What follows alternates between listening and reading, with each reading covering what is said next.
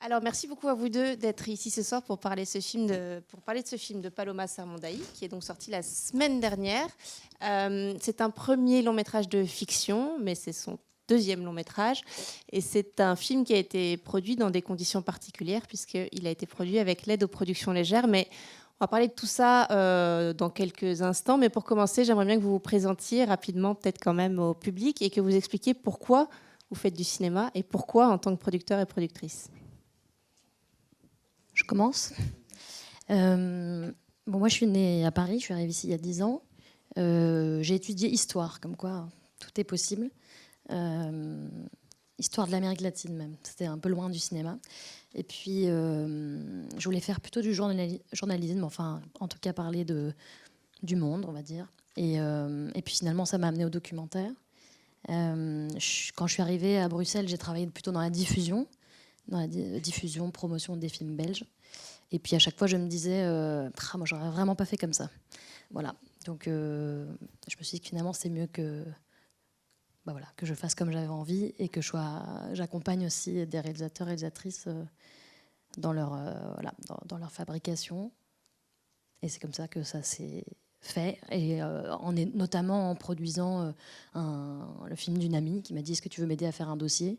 Je lui ai dit oui, vas-y, je peux t'aider à écrire. Et puis on a eu l'argent, et puis en fait, après il fallait le produire, ce film. Donc c'est un métier qu'on apprend en faisant, donc c'est en produisant qu'on devient productrice. Et puis vous êtes arrivé chez Michigan et on verra juste après pourquoi Michigan c'était le bon endroit. Sébastien, vous, comment est-ce que vous êtes arrivé au cinéma et pourquoi comme producteur? Oui. Moi, oui, j'ai découvert le cinéma à 17 ans et après j'ai tout fait pour essayer de rentrer dedans. Donc j'ai étudié le montage, puis le scénario à l'université.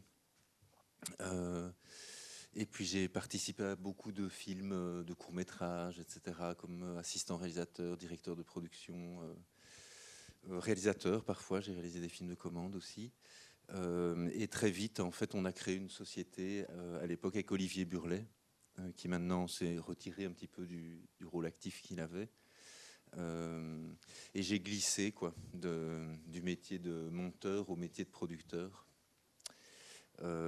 Et pourquoi? C'était ça la question. Oui, c'était ça. Pourquoi le cinéma et comment la production? Pas être trop chiant, mais non, parce que en fait, si, parce qu'à un moment, et là je vais rejoindre la ligne du temps d'Alice, j'étais tout seul parce qu'Olivier avait décidé d'arrêter la société et en fait, je me suis rendu compte que je serais extrêmement malheureux si je ne produisais plus. Tout d'un coup, je m'étais rendu compte que produire était le bon endroit pour moi dans le cinéma. J'avais toujours senti que j'étais plutôt un accompagnateur qu'un faiseur, un monteur, un co-scénariste, que sais-je. Mes producteurs m'amenaient encore plus loin, me permettaient de faire le scénario, le montage et puis tout le reste, et d'être au plus proche de la création, Mais voilà, tout seul, c'était pas possible, et c'est là que j'ai rencontré Alice, Voilà. Est-ce que vous aussi, ça a commencé, ou en tout cas, il y a eu des choses qui se sont faites au niveau du documentaire plutôt au début, ou est-ce que c'est aussi quelque chose qui est à l'origine de l'envie chez Michigan? Oui, finalement, on a commencé la fiction il n'y a pas si longtemps, et en passant par des documentaires assez hybrides. Voilà, et moi, c'est particulièrement la rencontre avec Emmanuel Mar, dont on a fait 3 moyens-métrages, qui pratique un cinéma très hybride, de fiction, mais très ancré dans le réel, qui a renouvelé en fait ma passion du cinéma et mon désir d'apprendre. Et puis c'est l'époque où Alice est arrivée, et progressivement ça nous a amené vers la fiction. Sans doute une tendance aussi qu'on observe chez les jeunes réalisateurs qui se tournent peut-être plus vite vers la fiction que le documentaire, je ne sais pas. Et en fait, on a commencé à faire de la fiction avec des réalisateurs et réalisatrices qui venaient du documentaire, qui était un endroit où je pense qu'on se retrouvait aussi. En tout cas, on avait envie d'aborder la question de la fiction avec des réalisatrices, des réalisateurs qui avaient ce background de documentaire, Et aussi, on en parlera, des méthodes un peu différentes dans la fiction. Comment est-ce que vous définiriez aujourd'hui votre métier de producteur, de productrice, à la fois d'un point de vue très technique et puis d'un point de vue peut-être plus émotionnel et artistique aussi d'ailleurs? En tout cas, j'essaie de me rappeler souvent que en fait, on fait un métier où on travaille autour de l'action du désir. Il y a un désir d'un créateur, d'une créatrice qui a un désir de film. après qui vient rencontrer notre désir, et notre désir est extrêmement important pour porter ce projet avec eux. Et puis après, il y a le désir de ceux qui vont regarder le film, quoi. Et donc, en fait, on ne fait que travailler autour de cette question. Oui, c'est ça. Oui, et puis c'est comme une histoire d'amitié aussi, hein, avec la réalisation. Et une fois que l'amitié est lancée, puis elle dure parfois 3, 5, 7 ans. Enfin, on est obligé, je veux dire, pour la fabrication du film. Moi, c'est ça qui m'anime aussi, quoi. J'ai oui, ce désir d'accompagner, d'aider l'auteur, si je le comprends bien, quoi. Si nos points de vue se rencontrent, si le désir, comme dit Alice, est partagé, quoi. Et puis aussi, peut-être la différence, c'est-à-dire que les réalisateurs et réalisatrices ont un désir qui est parfois monte très haut, puis redescend. Donc vraiment, voilà, ils ont des hauts et des bas aussi par rapport à leur projet, parce qu'ils ont un projet pendant 5, 6, 7 ans.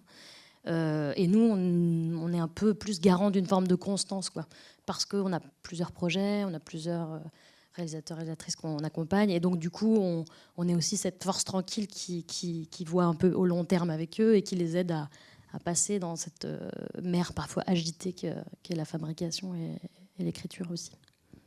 On voit que c'est un accompagnement sur le long terme. Je parlais de famille tout à l'heure quand on a lancé le film. Là, vous parlez d'amitié. Donc, c'est vraiment des relations humaines très fortes. Comment est-ce que vous rencontrez les gens et les projets? Comment est-ce que vous vous engagez sur des parcours? Parce que c'est aussi des gens que vous accompagnez sur plusieurs projets. Comment se font ces choix?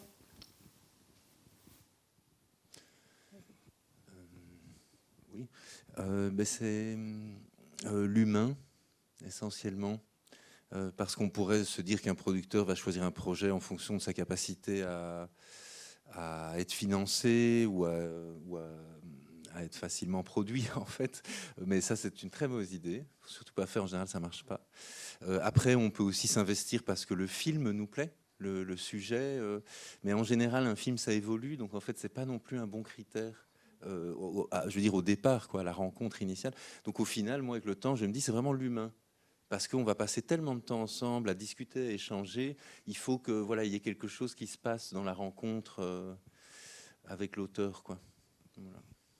Après, dans les gens qu'on suit, Paloma, c'est un exemple particulier parce que c'était une ancienne étudiante de Sébastien à la Elbe. Donc c'est vrai qu'on a vu tout de suite une cinéaste émerger. Son film de fin d'études, je vous le conseille, Mackenzie. On voit Purday Mackenzie beaucoup plus jeune que dans ce film. Et voilà, il y avait vraiment... voilà, c'était une évidence, en tout cas, de la suivre avec Petit Samedi. Et puis ce film. Après, c'est vraiment des histoires de rencontres. Donc je dirais que chaque film et chaque cinéaste, c'est un peu une histoire différente. Mais dans cette idée de famille aussi, on essaye de faire travailler les cinéastes un peu entre eux, chacun sur leur film. Paloma, elle a fait un peu de cadre sur D'un château à l'autre, le film d'Emmanuel Mar. Elle a fait de la recherche de décors aussi sur Rien à foutre. Et voilà, Yann Ducreux, avec qui on travaille sur un documentaire, il a fait un peu d'assistant à montage sur le film. Enfin, on essaye de faire circuler aussi les cinéastes dans les œuvres de chacun, parce que... Oui, c'est ça. Ouais. De faire école, en fait. Ouais. De faire école et d'ensemble essayer d'imaginer. On a quand même un cinéma commun, quoi, tous dans la famille, on va dire. Voilà. Mais même si on est ouvert et qu'on cherche à se renouveler, mais et partager tout ça enrichit l'un et l'autre. Ça, on s'est déjà rendu compte. Ou souvent, ça se passe lors de soirées plutôt arrosées, mais je veux dire, ça participe. Mais c'est aussi que c'est, dans cette solitude et ce temps de la fabrication des films. Parfois, on passe beaucoup de temps sans être sur le terrain, sur un plateau. On se dit souvent ça qu'entre deux films, il y a un manque de pratique aussi. Donc, je pense que ça fait du bien aussi de travailler sur les films des autres. Et puis, on croit beaucoup à l'intelligence collective. Comment vous décririez cette relation avec vos talents? C'est un accompagnement sur le long terme. Et alors, l'une des caractéristiques du producteur ou de la productrice, c'est que c'est la seule personne avec l'auteur-réalisateur à être là du début à la fin du projet, finalement. Comment est-ce que vous décririez cette relation et ces différentes étapes? C'est une question difficile, parce que tout d'un coup, j'ai vu aussi des relations qui ne se sont pas bien passées. Je ne voudrais pas idéaliser, mais nous, enfin, je pense Alice aussi, on a une grande empathie pour les auteurs. Moi, je pars du principe que la vie d'un auteur, c'est d'abord pas une vie, quoi. Enfin, je veux dire, c'est très compliqué, porter un projet, oser parler de son projet, recevoir les retours sur son projet, et quelle confiance ils nous font, en fait. Et donc, dans cette relation-là, je pense qu'on est très bienveillant, en fait. On est vraiment dans une grande bienveillance qui touche parfois même le personnel, en fait. Hein. On devient parfois des confidents, des psychologues, on ne devrait pas l'être, mais on fait ce qu'on peut. Et donc, il y a, voilà, je qualifierais notre relation comme ça, de bienveillance et puis d'artistique, quoi. L'idée, c'est quand même d'avoir une vraie réflexion sur l'artistique. Nous, on est assez pointilleux, assez chiant, on peut le dire, parce que jusqu'en montage, on va vraiment jusqu'au raccord réfléchir avec l'auteur. On ne dit pas ce qu'il faut faire, mais on se pose question, quoi, ensemble. Et donc, il y a aussi cette relation-là, quoi. C'est du ping-pong permanent pour remettre en question sans cesse ce qu'on pense être certain, quoi. Ouais, je pense que c'est pas pour rien que toi, tu as commencé comme monteur, c'est que c'est assez proche comme métier. Enfin, oui. C'est peut-être l'autre métier qui est le plus proche de celui de producteur et qui est vraiment d'accompagner le projet de l'autre, parfois de voir ce qu'il ne voit pas encore. Il y a des films, quand on commence à l'écriture, on se dit ça va être plutôt un film sur ta mère quand même. Non. Si, je pense que ça va être un film sur ta mère. Et puis voilà, c'est comme une psychanalyse, comme ça, le film se déroule. Mais il ne faut pas brusquer les choses. On le sait, on sait que ça va finir par être un film sur sa mère, mais on prend le temps. Et puis voilà, et puis les choses se déroulent et finalement on voit, on n'a pas toujours raison, mais on voit aussi des choses parce qu'on a la distance. Donc on a un peu ce deuxième regard comme ça, comme un monteur. Pas toujours, mais souvent c'est un peu où il va aller, mais prend le temps aussi de se perdre un peu, de chercher. On a besoin d'étapes intermédiaires. Donc on est un peu des accoucheurs, quoi, aussi, vraiment, dans notre... Ton analogie est très bonne. On ne monte pas des images et des sons, on monte des idées, nous. Que ce soit au moment de l'écriture, au moment de constituer l'équipe, du tournage, même là, on doit choisir des choix pour la diffusion du film. Finalement, on continue de monter des idées et d'imaginer ce que pourrait être la suite, quoi. Donc l'analogie d'Alice est excellente. Merci. On va se pencher un peu en détail sur tout ce processus d'accompagnement en parlant de Il pleut dans la maison. Donc, comme je l'ai dit, c'est un film particulier parce qu'il s'est fait dans une économie qui n'est pas celle usuelle des longs métrages. Vous allez nous parler un petit peu de ça. Vous venez, vous, de tourner un autre long métrage de fiction qui, lui, s'est fait de façon plus traditionnelle. Donc, vous avez vraiment une vision par l'expérience de ce qu'il faut adapter en fonction du budget du film. C'est très important. Mais quelle est la première chose que vous faites quand vous montez un projet de long métrage de fiction comme ça? Qu'est-ce que vous avez fait avec Paloma? À quel moment ça se passe? Et quelles sont les premières décisions que vous prenez avec elle? C'est un peu différent entre justement un film plus classiquement produit et celui-ci. Tu veux parler du début de ce projet-là? On sortait d'un autre film. Hein, enfin, tu peux pas, je ne sais pas si j'ai encore un souvenir précis. Oui, on sortait d'un autre film. Elle avait très envie de retourner vite aussi à un plateau. On avait quand même hésité à écrire, à commencer à écrire un scénario, déposé en aide à l'écriture et tout ça. Puis on a vu aussi une sorte c'est pas de l'angoisse, mais de se dire, on va passer 3 ans à écrire un scénario, à prendre du temps, à essayer, réessayer, montrer que oui, on en est capable. Elle venait de faire un documentaire, elle n'avait pas fait de fiction. Traditionnellement, il aurait fallu qu'on fasse 1-2 courts-métrages de fiction. On se disait, mais il y a tellement de temps qui va être perdu, entre guillemets, alors qu'elle avait une urgence et un désir de raconter des histoires. Et cette histoire, en l'occurrence, qu'en fait, au bout d'un moment, on s'est dit, on tente la production légère, on tente quelque chose d'un peu différent. C'était un film qui était pas si difficile, entre guillemets, à faire, avec pas beaucoup d'argent. On allait au bord d'un lac avec quelques personnages. Donc le premier choix, on parlait de monter des idées, avoir des visions, c'est de se dire, ce film-là... on pense que tu n'as pas besoin de le faire sur 6 ans avec 2,5 millions. C'est pas la peine, c'est perdre du temps, c'est perdre de son énergie et de son désir aussi. Donc déjà, le premier choix, c'est ça. Et après, c'est de l'accompagnement en écriture. Oui.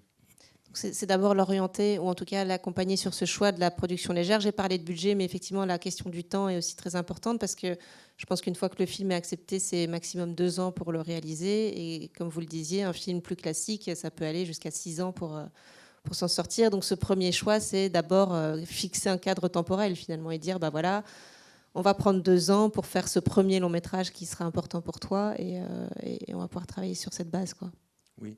Alors 2 ans à partir du moment où on passe l'agrément.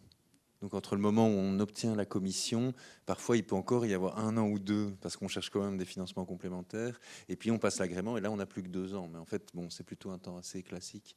Mais c'est vrai que l'idée, si on fait une production légère, c'est de le faire assez vite. Il y avait aussi, par exemple, simplement le calcul de son salaire. Imaginez sur un long métrage financé normalement, elle aurait gagné 80 000 euros. Mais on aurait peut-être mis 8 ans à le produire. 80 000 euros divisé par 8, ça fait 10 000 euros par an. Ici, je ne sais plus les chiffres exacts. On aurait dû revoir ça. Mais je pense qu'elle a gagné.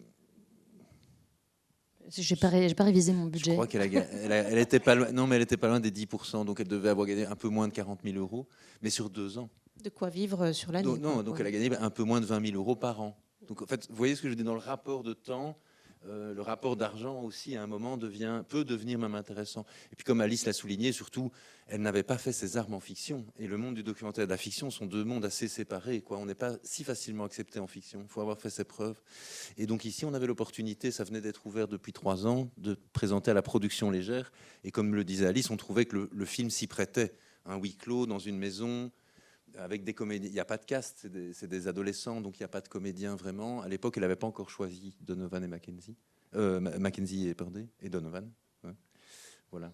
Et donc c'est aussi parce que le projet nous semblait être efficace, mais comme c'est cette idée de se dire, ne passons pas par la case court-métrage, en fait.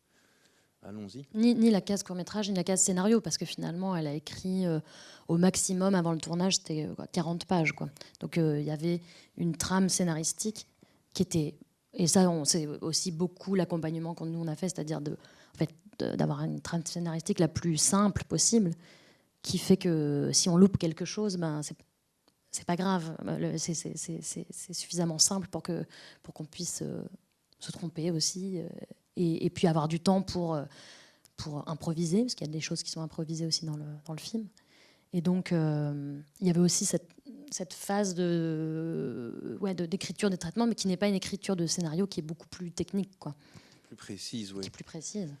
Oui, et alors surtout, nous, on avait vraiment l'impression de faire notre métier, parce qu'en fait, on juge sans cesse l'adéquation entre l'ambition de la réalisatrice et puis la réalité des moyens, quoi. Et en quoi on fait notre métier, c'est que sans cesse, on lisait le scénario, puis on disait, mais ça va être compliqué, est-ce que tu es obligé d'avoir ce décor-là? Et donc on se remet en question en permanence sur l'écriture, ce qui n'est pas vraiment le cas, je dirais, dans un schéma traditionnel, où une fois que le scénario est bouclé, on va tout faire pour faire ce qui est écrit dans le scénario. Ici, il y a en production légère, je pense que c'est obligé, il y a un va-et-vient entre la production et la réalisatrice pour adapter sans cesse. Il y a un exemple très simple que je te donnais tout de suite.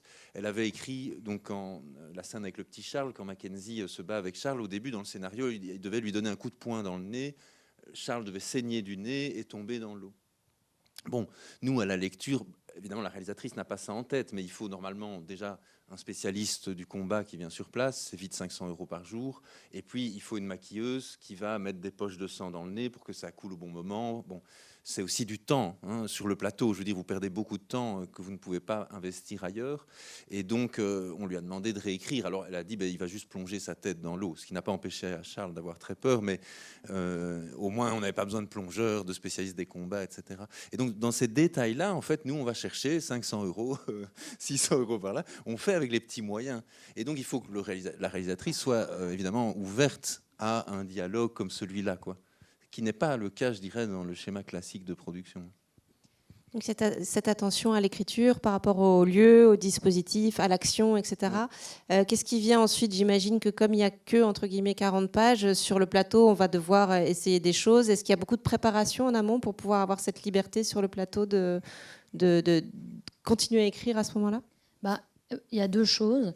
Elle, beaucoup de préparation, mais seule avec les comédiens, parce que c'était aussi... Pour eux, c'était leur première fois quand même de jeu.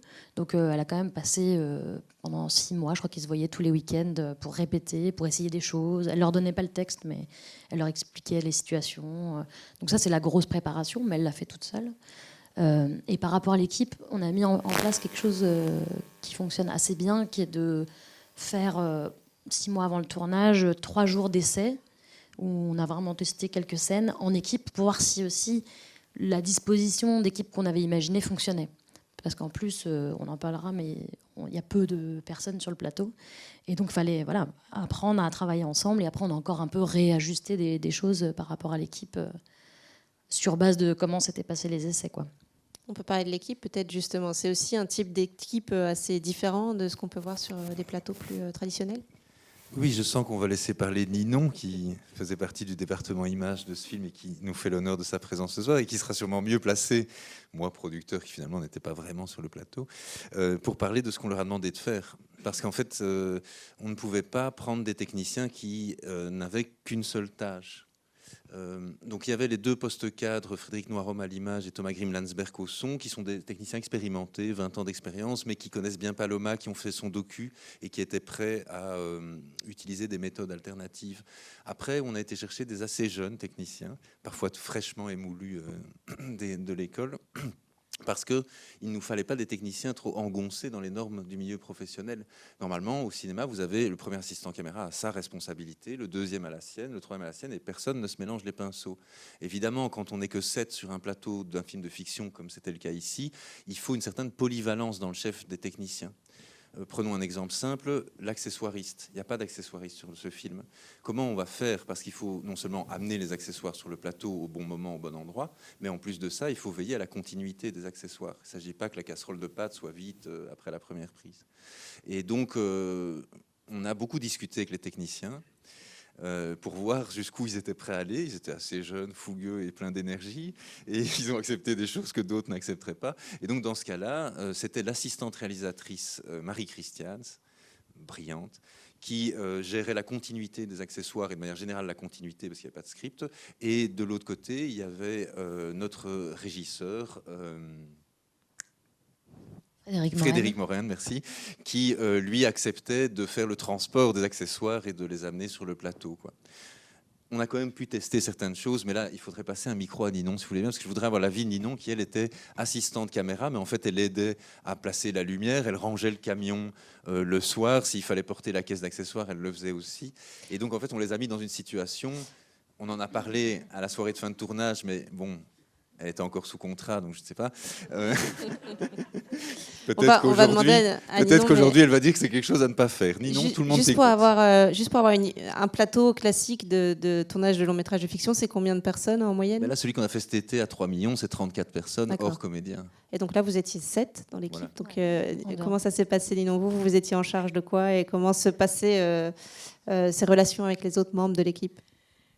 Du coup, moi, c'était ma première expérience sur un long déjà, en première assist-cam, donc c'est quand même un gros poste. Et puis, je me suis rendu compte qu'on n'était que 2 en image avec Frédéric.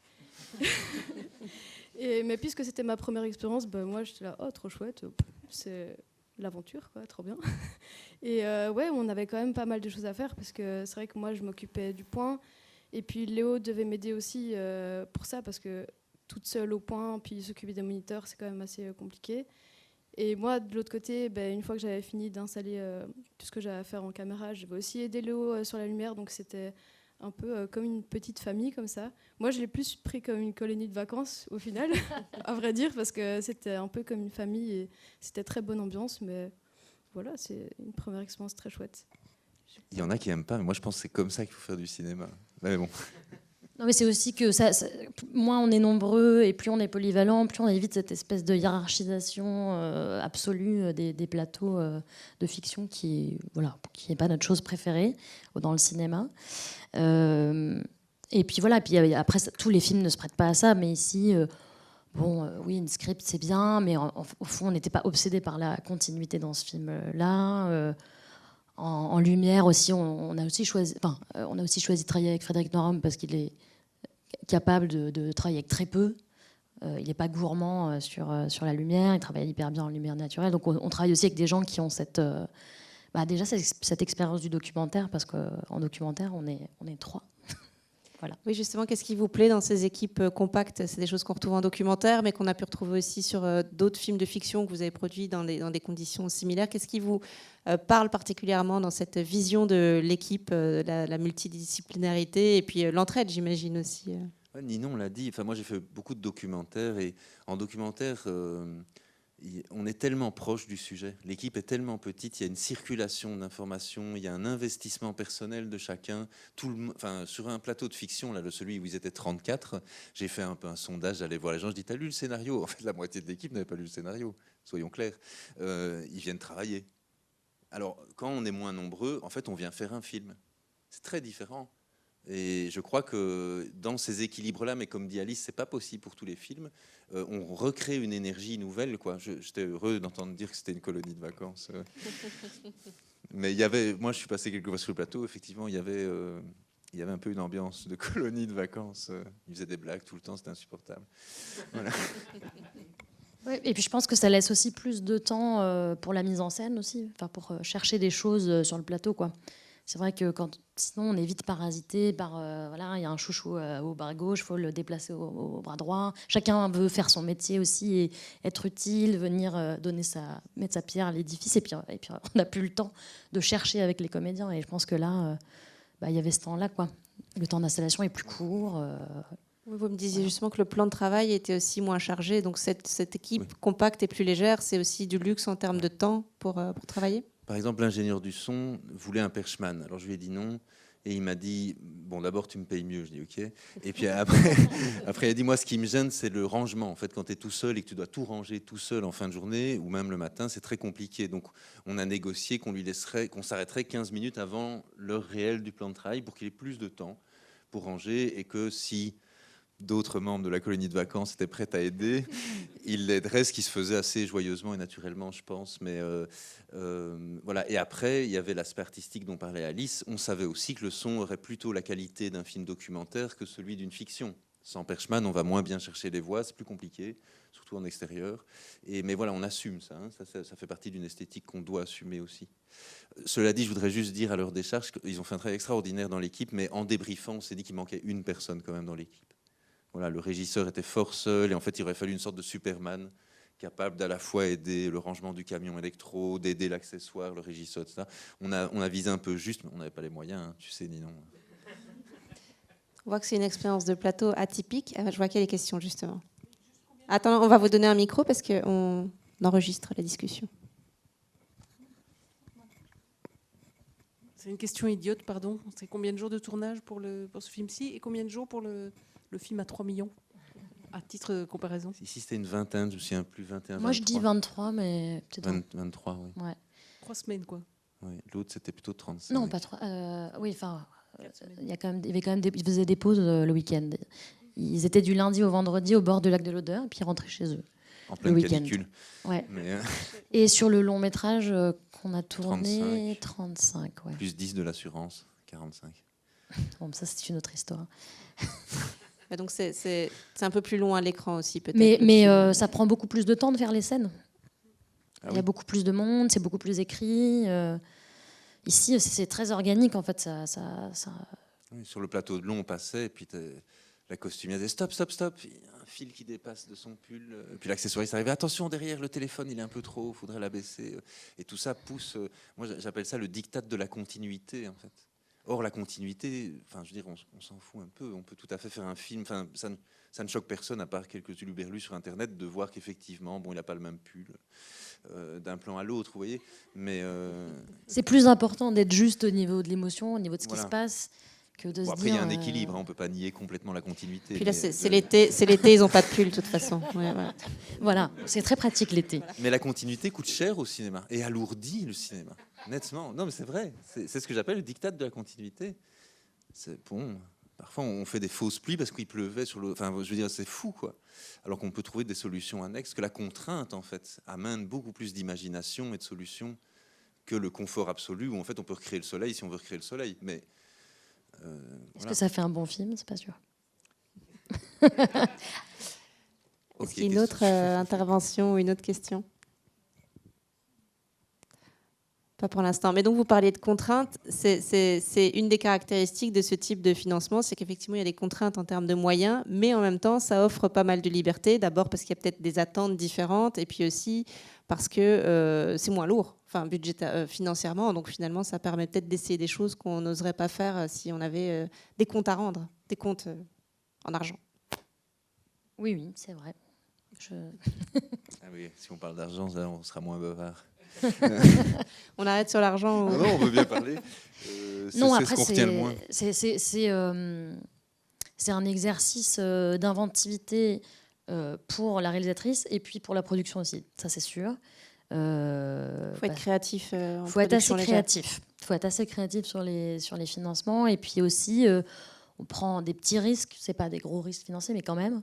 Parce que comme il n'y a pas de scénario et que quand même le cinéma, ça se finance principalement sur des scénarios. C'est un peu, après, il y a le diktat de la continuité, il y a le diktat du scénario.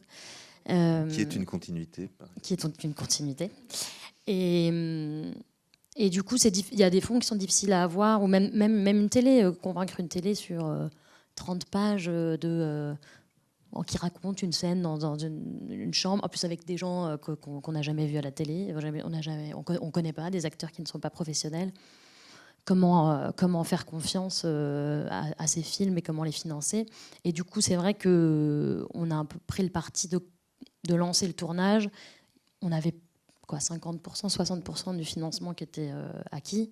Mais on s'est dit, bon, bah voilà, après on aura des images, on aura un film. Et on avait confiance dans le fait que le film il serait assez bon. On avait aussi des ateliers en Belgique qui nous aidaient, qui pouvaient toujours nous donner une salle de montage si on n'avait vraiment plus d'argent pour le montage. Mais on s'est dit, bon, on y va, on sait qu'on peut financer le tournage, on peut financer, on s'était dit, genre la moitié du montage. La moitié pour pouvoir défendre voilà. sur l'image le film. Mais donc voilà, il y avait une petite prise de risque de se dire, sur le reste de la post-prod, on n'a pas tout financé, mais à un moment, voilà. Donc il faut quand même être inventif et un peu tête brûlée aussi. Donc là, c'est la créativité, c'est dans la confiance en fait dans le film lui-même. Est-ce que vous avez des exemples de financement créatif sur le film, de partenaires auxquels vous auriez peut-être pas pensé sur un autre type de projet? Enfin voilà, est-ce qu'il y a des endroits où vous avez eu l'impression d'inventer quelque chose? Bah oui, ici on a. Donc comme on n'avait pas de scénario, en dehors de la production légère, on peut pas trouver d'argent. Alors, ils se sont mis d'accord avec la RTBF, le Centre du cinéma. Donc, la RTBF accepte de financer par an un film de production légère sur 5 pages, hein, la production légère de scénario. Bon, après, comment on fait en France? Comment on fait même en Flandre? Ici, mais on a eu le cas avec d'autres films, en fait, on est très proche du documentaire. C'est-à-dire que la vie de Purday Mackenzie est plus ou moins celle que vous avez vue sur l'écran, quoi. Et Paloma s'en est inspiré. Donc on s'est dit, mais on pourrait peut-être réécrire le dossier sous forme documentaire. Bon. C'était un travail de 2 semaines, parce qu'en fait, c'est des formules assez toutes faites. On ne fait pas un film sur, mais un film avec. Bon, hein. On a l'habitude, on fait très vite les dossiers. Nous aussi, on raconte des histoires. Bon, ouais, oui. C'est-à-dire qu'en travaillant avec le faux, on essaye de produire du vrai, quoi. Vous me suivez? Et donc on a eu l'aide du VAF documentaire et l'aide du CNC Fonds d'aide à l'innovation documentaire aussi, mais eux sont plus ouverts à des formes hybrides du documentaire, donc on leur mentait un peu moins. Comment dire, on leur mentait pas, ça dépend où on se place. C'est juste une question de point de vue. Est-ce que c'est un documentaire? Je peux encore le défendre aujourd'hui. Hein. Pour moi, la définition de documentaire est très large. Donc voilà. Donc ici, on a dû marcher sur 2 plates-bandes différents. Mais en fait, quand le représentant du VAF est venu à Cannes à la semaine de la critique, il ne s'est pas posé de questions, quoi. J'allais dire, on a très envie de connaître la réaction de. Ouais, ça va. Quand les gens sont à Cannes, ils sont contents de toute façon. En plus, ils ont donné moins en documentaire qu'ils auraient donné en fiction. Ah oui, donc, pour eux, c'est bingo. La directrice du Fonds d'aide à l'innovation était ravie. Ah oui, ils sont ravis. Elle a même parlé avec Jeanne Brinfo, la directrice du Centre du cinéma, en disant, mais on doit avoir cette aide chez nous, c'est génial. Quoi, pour 400 000 €, vous allez à la semaine.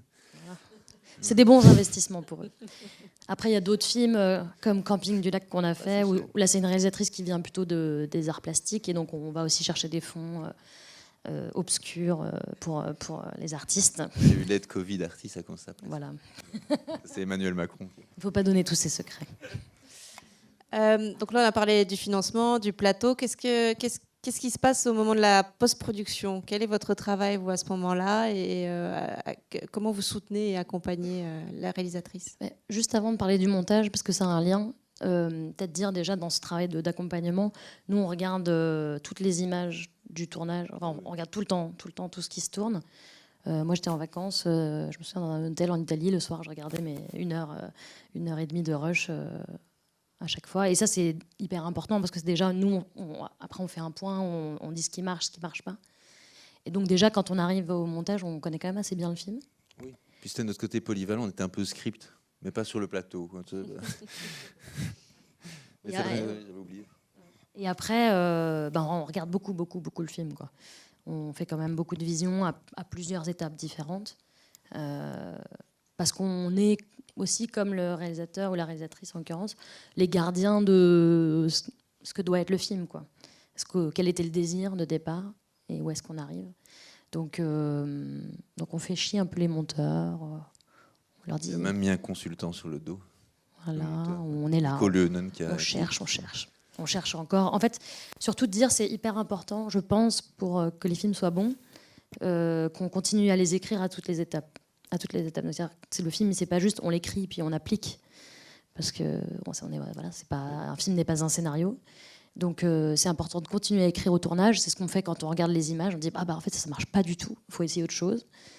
Et après, quand on est au montage, on continue d'écrire le film, quoi. Le début de ce film n'était pas celui-là, la fin n'était pas vraiment celle-là. Donc c'est aussi comment réinventer le film quand il y a des choses qu'on avait imaginées qui marcheraient et puis qui ne marchent pas. Donc je pense que pour que le film reste vivant, c'est important qu'il continue à se remettre, être mis en question et réinventer à chaque étape, quoi.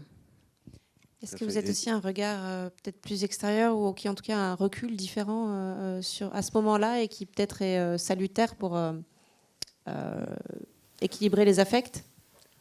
Peut-être, je crois qu'on amène nos idées comme les autres, mais comme le reste, on gère, Alice dit le désir, mais ici l'énergie, quoi.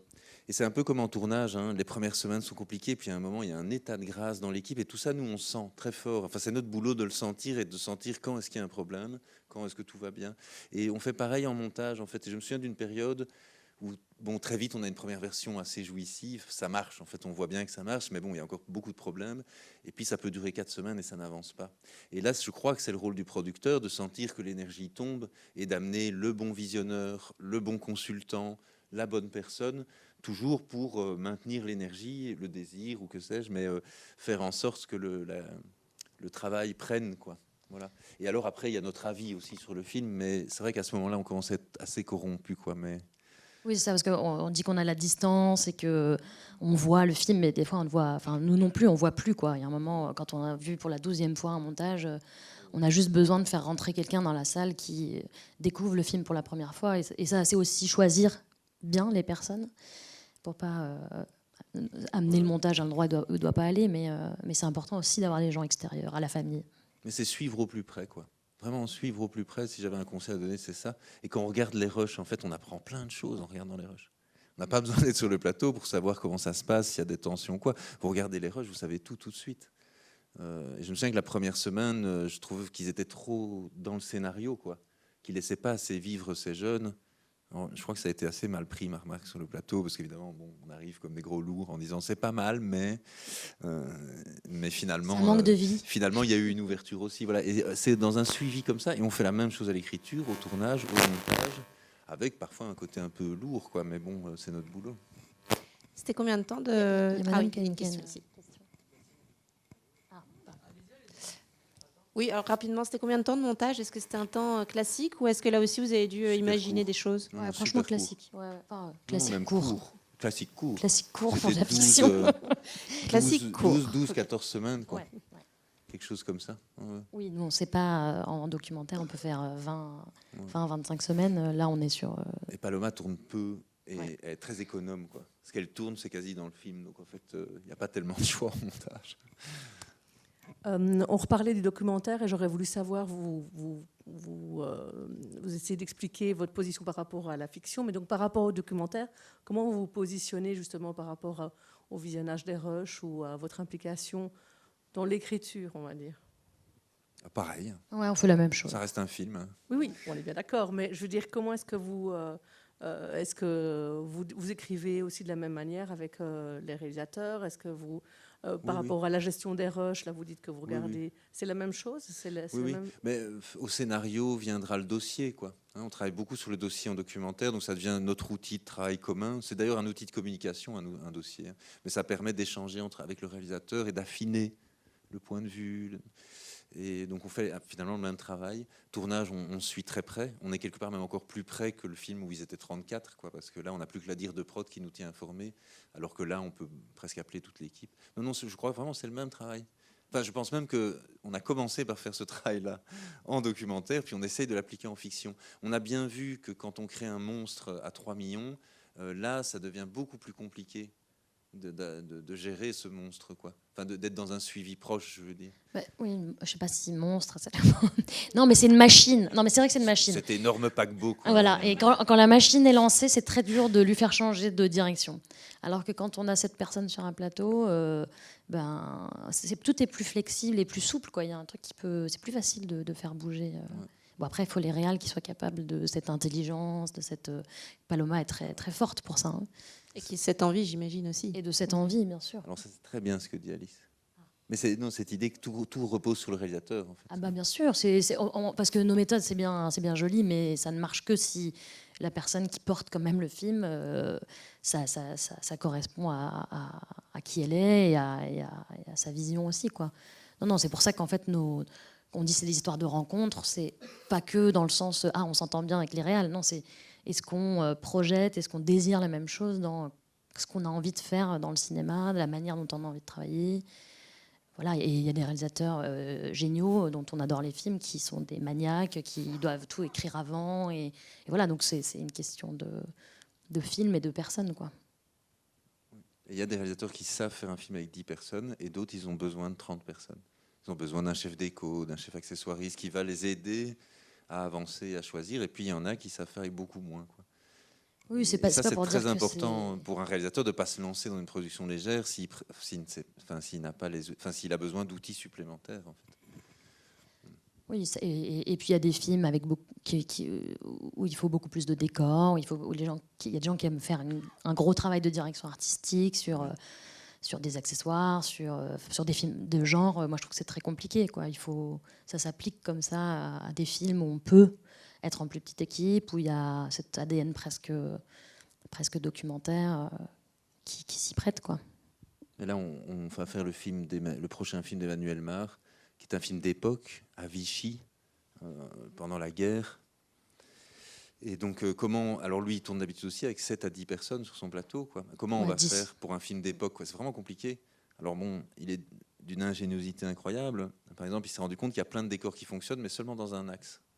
Ah oui, parce que si vous tournez la caméra, vous voyez tout de suite qu'on est dans le monde moderne. Mais si vous restez bien dans l'axe, c'est bon. Donc en fait, il pense son découpage, son scénario en fonction de ça. Vous voyez ce que je veux dire? Mais c'est tout ça diminue en fait le coût et surtout évite d'avoir une équipe d'éco de 20 personnes qui vont repeindre à la patine l'ensemble des façades des rues de Vichy. Et alors voilà, il met en place une sorte de caravane d'éco qui va suivre le tournage avec une sorte de stock de meubles et d'accessoires qui peuvent replacer un peu n'importe où pour masquer ou pour faire. Donc je crois que c'est possible même dans des films d'époque, mais là par exemple on a dû gonfler l'équipe, il est plus proche des 20 personnes que des 7, quoi. Donc il faut vraiment être souple et s'adapter à chaque projet. Et comme dit Alice, vraiment, c'est le réal qui peut donner cette énergie ou pas. C'est pas nous, quoi. Nous, on peut rien faire. Si le réal n'est pas capable, il n'y arrivera pas. Est-ce qu'il y a d'autres questions ou interventions? Oui. Bonsoir, merci pour le film.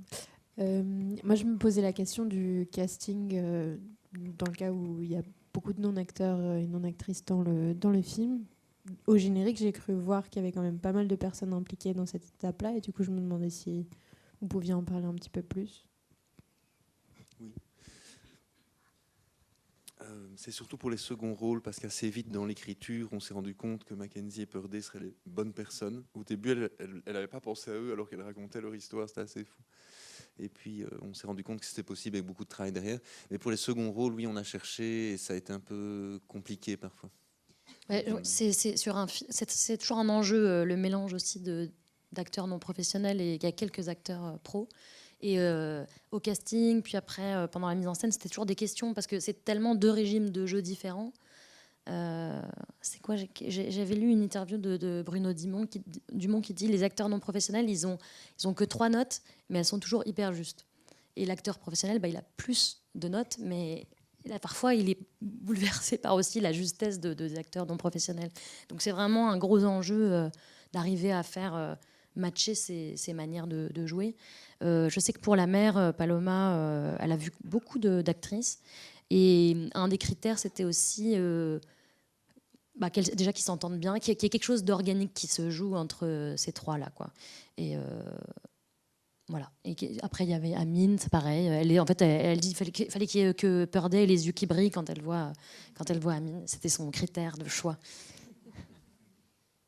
Et tout s'est fait par copinage. Par exemple, Amine, on a demandé à Sébastien Morandielos une liste de noms. Parce qu'on n'avait pas l'argent pour le payer. Oui, c'est pas un vrai processus de mais casting. il nous a gentiment donné une liste avec les noms des jeunes acteurs récents qui correspondaient à nos demandes. Et puis on a fait d'autres castings. Je sais, au moment même du tournage. Voilà. Je sais par exemple qu'à un moment, ils n'avaient pas plus d'agents immobiliers, quoi. Voilà. Je parlais de polyvalence. Voilà. Donc ça, c'était dans le contrat. Sébastien demande Non, à pas jouer du tout, c'est arrivé. On m'a prévenu 2 jours avant. Il y a une question là-bas. Oui, bonsoir. Je voudrais savoir comment se passe la diffusion d'un film de production légère comparé à un film plus ambitieux ou mieux financé. C'était ma prochaine question, donc ouais, ça tombe vraiment bien. Ça tombe bien. C'est sûr qu'il y a, entre guillemets, peut-être un plus grand risque, parce que quand on commence, convaincre un distributeur, convaincre des télés, c'est pas évident. En l'occurrence, par exemple, ici, le vendeur, donc qui s'occupe des ventes à l'international, les festivals, et puis le distributeur qui est Cinéar, sont arrivés quand on a su qu'il y avait Cannes. Après, on n'avait pas spécialement essayé. Il fallait que le film soit suffisamment bon pour les motiver aussi à prendre le film. Et ils ont eu aussi un coup de cœur. Mais on va dire que, en fait, le pari, c'est que le film soit suffisamment bon pour être porté par des personnes comme eux. Après, Cannes, c'était vraiment... même si on avait fait on avait une vision, comme ça on se dit, ce film, il ira à Cannes. On est très ambitieux. Mais en même temps, c'était quand même un peu une surprise parce que, honnêtement, personne ne connaissait Paloma, ou très peu. Elle ne sortait pas de la Fémis. Elle n'avait pas fait un parcours comme ça où on a un court-métrage qui est à la Ciné-Fondation, tout le parcours habituel. Donc, c'est un film où il n'y a pas vraiment de scénario, pas vraiment d'histoire, on nous dit parfois. Mais voilà, je pense qu'il a touché aussi les gens de la semaine, qui nous ont quand même dit c'était notre petit risque. C'était notre petit film coup de cœur. On s'est demandé s'il fallait y aller, mais on l'aimait tellement qu'on l'a pris. Et je crois que c'est comme ça que le film il a un peu traversé. Et normalement, on cherche un distributeur, un vendeur dès le financement, dès la phase de financement. Ici, comme il n'y a pas de scénario, impossible. Donc on doit attendre que le film ait un festival de classe A, idéalement, sinon personne ne s'intéresserait. Après, il ne faut pas se faire d'illusions. La distribution en salle, c'est hyper dur. Alors ici, ça se passe bien, mais elle est très identifiée en Belgique. Mais par exemple, la France, c'est dur, quoi. On est quand même des petits objets non industriels. Voilà.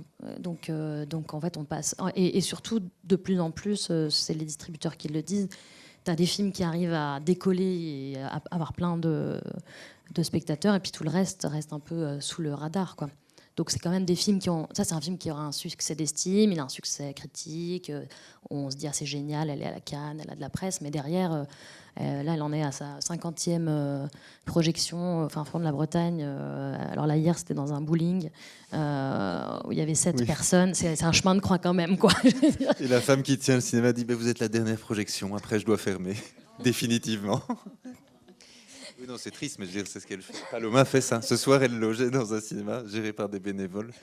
Et elle loge chez l'habitant. Et il n'y a que 5 personnes dans la salle. Mais voilà, c'est ça être réalisateur de film. C'est ça, se confronter au public. C'est ce qu'elle fait actuellement en France. Mais bon, voilà, c'est pas pour autant qu'on se décourage. On est heureux de faire des films comme ça. Mais il faut aussi prendre la dimension de ça. On est vraiment sur un petit objet artisanal qui est très... voilà, dans un univers impitoyable commercial. Est-ce que vous avez encore un rôle, vous, dans la diffusion? Parce qu'il y a le vendeur international et puis il y a les distributeurs en France, en Belgique. Est-ce que vous, à ce moment-là, vous êtes encore quand même impliqué par rapport aux choix stratégiques, ou est-ce que vous dites c'est une réalisatrice qu'on va continuer à accompagner, donc il faut qu'on en soit là aussi au moment de la diffusion? Comment ça se passe pour vous à ce moment-là? Juste sur les festivals, quand même, je pense que c'est toujours important que le producteur ou la productrice pousse un peu les premières portes. C'est quand même rare que les films soient envoyés par clé USB anonyme dans un festival et puis que ça marche. Donc c'est vrai qu'on parle du film, on fait parler du... Enfin voilà, on essaie de convaincre les gens aussi de le prendre. Donc on pousse quand même au premier festival. Après, les vendeurs prennent le relais. Et sur la Belgique, Sébastien envoie des SMS à toute sa famille et à tous les gens. Cécile, la copine de ma mère, a ramené 30 personnes au Caméo à Namur. On fait un gros travail. On ne perd rien. Non, mais en fait, c'est là que ça s'arrête, au sens où quand il y a un distributeur, on signe un contrat où c'est lui qui décide, quoi. Alors on lui donne nos avis, mais même ça les a vexés un peu les Français, hein, qu'on leur dise ce qu'on pense de leur promo. Parce qu'en fait, ils investissent de l'argent, puis c'est leur problème. Et donc, bon, c'est un peu là où nous, on doit s'arrêter. Mais même l'auteur, on lui demande pas son avis sur l'affiche ou la bande-annonce. Nous non plus. D'ailleurs, on nous écoute gentiment, mais c'est plus... eux, leur travail, c'est de commercialiser ce que nous, on fabrique, quoi. Nous, on est des fabricants, quoi. Moi, je sais pas commercialiser. Je sais pas si c'est mieux que le titre soit en rose ou en jaune. Franchement, ça m'intéresse pas. Mais... Et donc là, quelque part, c'est les distributeurs qui prennent le relais. Maintenant, on a quand même beaucoup de films aussi, où, par exemple, le film de Samira, qui était à Nyon, Il y a 2 jours, oui. il y a 2 jours, et qui va sûrement être couronné de succès. Là, c'est Alice qui va gérer la sortie en salle ici à Bruxelles. Je te laisse parler. Oui, mais après sur le documentaire, c'est un peu différent. Mais après, c'est pas notre métier en vrai. Après, on est obligé de suivre un peu parce que on est quand même les seuls avec le réal qui a ce désir et ce besoin que le film existe, quoi. Mais bon, souvent, ça dépasse un peu notre boulot. Et puis nous, on est déjà sur d'autres films, quoi, qui arrivent. Donc voilà, on le fait au mieux qu'on peut. Mais, ouais. Est-ce qu'il y a d'autres questions ou interventions? Et une main ici. Alors, attendez le micro 2 secondes. Toute simple, parce que moi je suis très impressionnée par votre investissement, votre accompagnement. Est-ce que vous arrivez à en vivre, vous? Comment vous retrouvez aussi toujours l'énergie? Parce qu'il faut se battre en fait pour mener tous ces projets. On est 2. Si Alice n'était Oui, pas là, moi je... Ça, c'est très important d'être 2. Sébastien, il est prof à combien d'heures par semaine? 20 heures? Oui, au moins, oui. 20 heures. Donc il vit comme professeur principalement. Moi, ça commence, mais ça prend du temps, quoi. C'est vrai que ça a pris plusieurs années pour pouvoir y arriver. Mais en même temps, on s'est toujours dit... Il y a des moments où on avait des projets qui arrivaient, on disait « Ah, ça pourrait ramener de l'argent ». On n'a vraiment pas du tout envie de le faire. Du coup, c'est vrai qu'il y avait une forme de précarité dans notre position, dans notre métier. Maintenant, ça va un peu mieux. Mais en même temps, on avait vraiment besoin de cette liberté de choisir à 100% les films qu'on... Enfin, moi, je sais pas, je travaille vraiment très très mal si j'ai pas envie, quoi. Je suis vraiment... je traîne, je travaille mal. Je suis une mauvaise productrice. Donc, insupportable. Insupportable. Donc, j'ai besoin de cette liberté de pouvoir choisir les films et les gens avec qui je travaille, quoi. Mais bon, c'est vrai que du coup, c'est aussi... On a vraiment un petit line-up. On ne produit pas tant de films que ça, ni tant de personnes que ça. Sinon, à un moment, on ne peut plus être aussi proche des films. Et en fait, quand il y a trop de distance qui se crée avec les films, en fait, on est moins bon parce qu'on a moins de plaisir aussi, quoi. On ne cherche pas la croissance, on cherche plutôt une sorte d'endroit où on serait en équilibre, quoi. Là, on a un salarié, Yuri. Pendant un moment, on avait une autre salariée, mais on l'a à mi-temps, plus, quoi. à mi-temps. Et c'est vrai qu'Alice maintenant se paye. Moi, je fais quelques frais de société. Mais Alice, elle a son statut d'artiste. Moi, je suis salarié de l'enseignement supérieur indépendant complémentaire. Mais j'ai pas vraiment de salaire de la boîte, quoi. Si on devait tous les 2 se faire un salaire et tout, on ferait comme les autres boîtes, on ferait des grosses coprod tax shelter. Ouais, parce que ça rapporte et on peut dégager des vrais salaires, quoi. Mais non, c'est parce qu'on est prof et parce qu'elle a le statut, quoi, que. On essaie de rester dans l'artisanat, on va dire. Parce que c'est une artiste. C'est intéressant parce que vous avez quand même des films qui sont sélectionnés dans les grands festivals. Enfin, vous avez une reconnaissance critique des films et ça reste quand même compliqué d'avoir le break-even financier qui permet de vous payer là-dessus, quoi. Il faut faire des films commerciaux, quoi. Si on veut. Oui, c'est pas parce que tu montes ton film à Cannes ou à Locarno que ça ramène vraiment de l'argent. Bon, voilà, après... Après, c'est année vivable, après... on n'est pas non plus fauché. Non, ça hein. va. Année après année, on commence à avoir quelque chose. Mais par contre, c'est vraiment trouver cet endroit où on peut faire le bon nombre de films parce que si on prend plus de films, on a besoin d'engager plus de gens aussi, puis à un moment les gens ils sont engagés, on va être obligé de prendre des films pour pouvoir continuer à les payer, et puis à un moment je crois que c'est dur de garder la main, quoi, sur ce qu'on fait. Vous avez vu, on aime beaucoup contrôler les choses. On aimerait bien... Et c'est quoi votre équilibre, justement? Parce que vous faites aussi des coproductions, donc il y a à la fois du documentaire, du long métrage, fiction. On a parlé des types de fiction que vous aimiez, mais quel est votre équilibre? Ça représente combien de projets pour vous en parallèle? 2 majoritaires, 2 coprotes par an. Non, mais dans tous les... Si on prend des projets à tous les confondu, stades, non, il y a quand même une dizaine de projets. Hein. Oui, c'est ça, mais on en 10-12 projets. Ouais, c'est vrai. Mais il y en a qui sont en écriture. Les films terminés, c'est 4 par an, 2 que vous portez vous et 2 que vous, plus ou moins. Ouais, les bonnes années. Mais Oui, c'est peut-être parfois un peu ça moins, dépend. ouais. Parce Et qu'on m'a parfois dit un peu que plus. vous coproduisez un film qui est en sélection à Cannes cette année.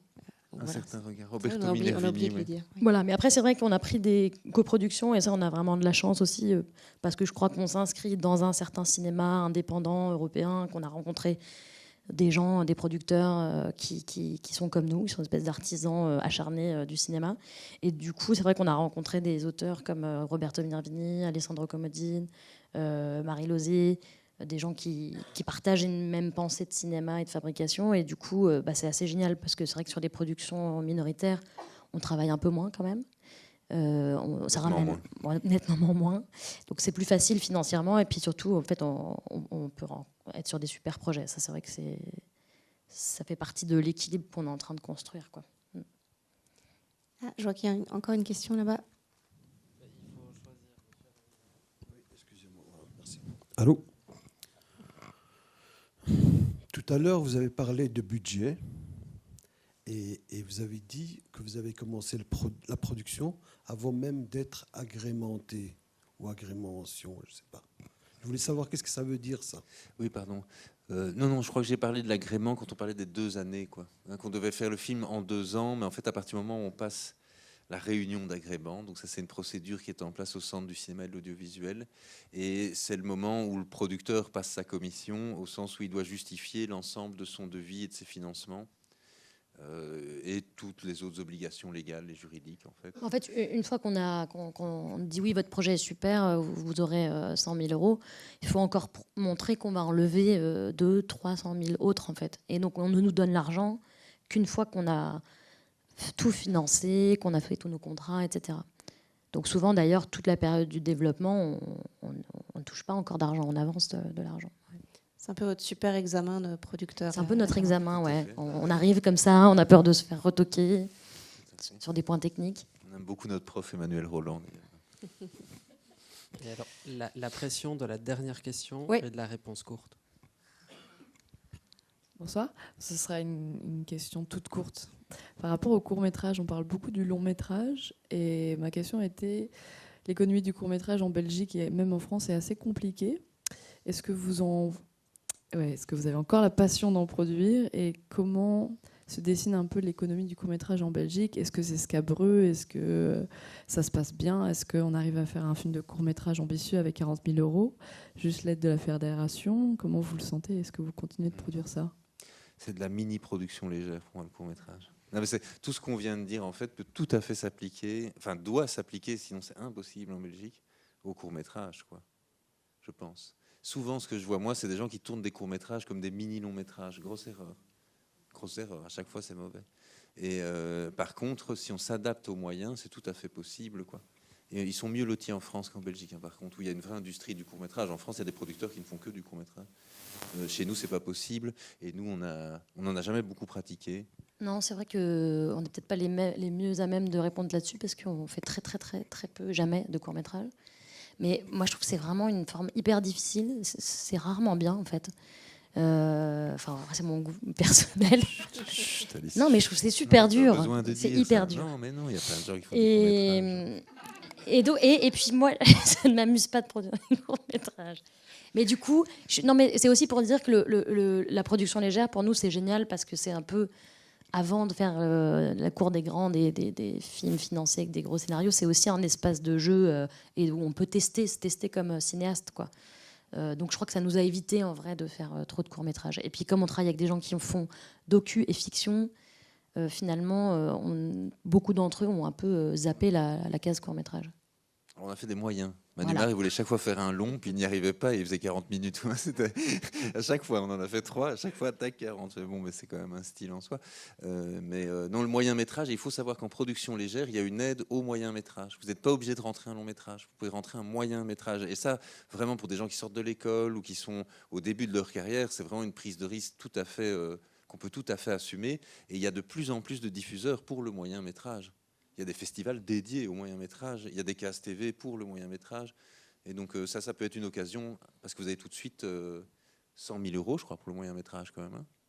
80. Donc avec le tax shelter, hop, on monte très vite à 160. Ce que vous n'aurez jamais pour un court-métrage. Et puis c'est vrai que ce qui est dur en court-métrage, c'est que c'est extrêmement compétitif, quoi. Il y a vraiment... je crois que c'est le créneau qui est le plus compétitif. Il y a beaucoup de monde qui essaye. Et du coup, c'est dur, quoi, je trouve. Bon, alors, comme il y a une séance après, moi j'ai une toute dernière question pour vous. Quel est le conseil que vous donneriez à des jeunes gens qui sont éventuellement ici dans la salle, qui auraient envie de se lancer dans la production? Quel est peut-être le meilleur conseil que vous ayez reçu ou le pire? Et quel est le conseil que vous leur donneriez? Je ne sais pas si ça va paraître contradictoire, mais moi je crois que le meilleur qu'on m'ait donné, c'est il n'y a pas mort d'homme. Parce que des fois on oublie quand même. Que des fois on est pris dans des trucs extrêmement angoissants, genre quelqu'un qui peut pas venir demain sur le tournage, c'est horrible, on est dans des niveaux de stress hyper hauts, et faut pas oublier que en fait on fait du cinéma. Voilà. Et moi avec mon collègue Olivier, on disait souvent quand on a lancé la boîte, pourquoi est-ce qu'on peut pas faire des films comme des musiciens jouent dans un garage, quoi. Voilà. Essayez juste de ne pas être professionnel. C'est le meilleur conseil. Restez amateur. Merci, c'est hyper inspirant. Merci beaucoup à vous deux. Alors, le film est sorti la semaine dernière en Belgique. Il est toujours en salle. Ramenez des gens en salle. Il est ici au Palace. Parlez-en autour de vous. Il va pleuvoir ce week-end, je pense. Vraiment l'occasion jamais d'inviter tous vos amis et toute votre famille à aller voir le film. Merci beaucoup à vous deux. Merci d'être venus.